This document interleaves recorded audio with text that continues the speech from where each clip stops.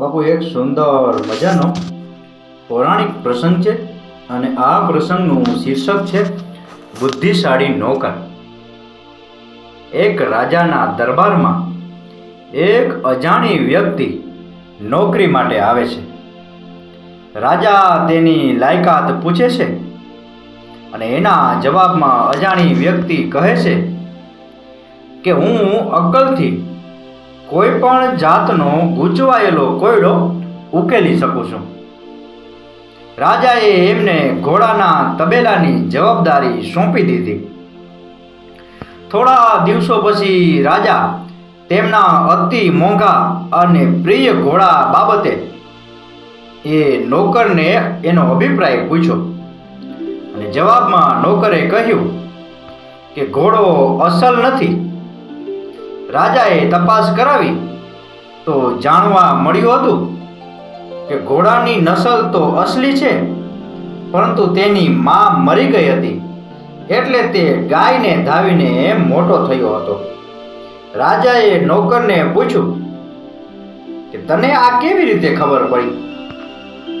એટલે નોકરે જવાબ આપ્યો કે મહારાજ, ઘોડો મોઢામાં ઘાસ લઈને મોઢું ઊંચું કરીને ખાતા હોય છે, જ્યારે આ ઘોડો ગાયની માફક નીચે નમીને મોઢું નીચે રાખીને ઘાસ ખાતો હતો. રાજાએ ખુશ થઈને નોકરના ઘરે અનાજ, ઘી અને પક્ષીઓનું માંસ મોકલી આપ્યું અને એ નોકરને બઢતી આપીને તેણે રાણીના મહેલમાં નોકરી આપી. અને પછી રાજા એ રાણી બાબતે સવાલ કર્યો અને જવાબમાં નોકરે કહ્યું કે રાણીની રહેણી કરણી તો મલિકા જેવી છે, પણ તે રાજકુમારી નથી. રાજાને આશ્ચર્ય થયું અને તેણે તરત જ તેની સાસુને બોલાવી અને રાજાના સાસુએ ખુલાસો કર્યો કે મારી દીકરી જન્મી કે તરત જ તમારી સાથે તેની સગાઈ કરી નાખવામાં આવી હતી, પરંતુ 6 મહિનામાં જ મારી દીકરી મરી ગઈ, એટલે બીજી કોઈ છોકરીને અમે ખોળે બેસાડી લીધી અને એ આજે તમારી રાણી છે. રાજાએ નોકરને પૂછ્યું કે તને આ કઈ રીતે ખબર પડી? એટલે નોકરે જવાબ આપ્યો કે ખાનદાની લોકોના અન્ય લોકો સાથેનો વ્યવહાર ખૂબ જ સાલસ અને નમ્રતા ભરેલો હોય છે, જે આપની રાણીમાં નથી. રાજાએ ખુશ થઈ અને ફરીથી નોકરને ઘરે અનાજ, ઘેટાં, બકરા આપી અને પોતાના દરબારમાં સ્થાન આપ્યું.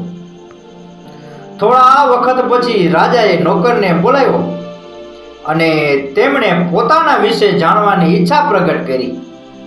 એટલે જવાબમાં નોકરે કહ્યું કે મને અભય વચન આપો તો તમારી અસલિયત બાબતે હું તમને કહું.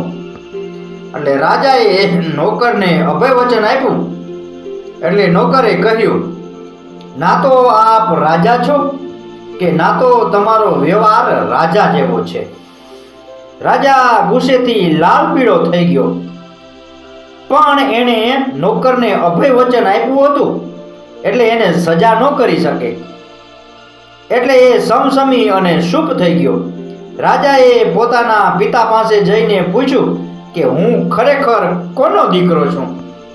અને જવાબમાં તેના પિતાએ કહ્યું કે સાચી વાત છે, મારે કોઈ સંતાન ન હતું, તેથી મેં તને એક કસાઈ પાસેથી ગોદ લીધો હતો. રાજા અચરજ પામી ગયો અને નોકરને પૂછ્યું કે તને કેવી રીતે ખબર પડી?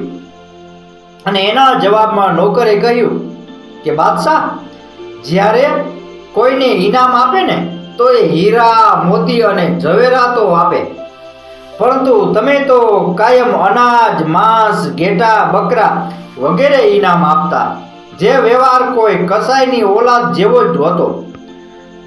અને રાજાએ આ વાત સાંભળી અને ખુશ થયો અને એના નોકરને ખૂબ જ માન, સન્માન અને પહેરામણી આપી.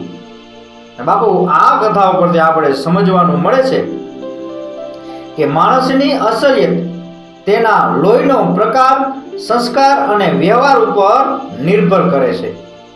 હેસિયત બદલાઈ જાય છે પણ ઓકાત તો તેની તે જ રહે છે.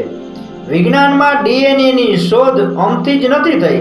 પૈસો આવે એટલે મનની અમીરાત પણ આવે તેવું નથી હોતું. તેના માટે સંસ્કારી ખાનદાનમાં ડીએનએ જરૂર હોય છે. તો બાપુ, આ હતો એક પૌરાણિક પ્રસંગ, બુદ્ધિશાળી નોકર વિશેનો પ્રસંગ. આ પ્રસંગ, આ કથા, આ વાર્તા પૂરેપૂરી સાંભળી એ બદલ આપનો ખૂબ ખૂબ આભાર. આપનો દિવસ શુભ રહે. મહાદેવ હર.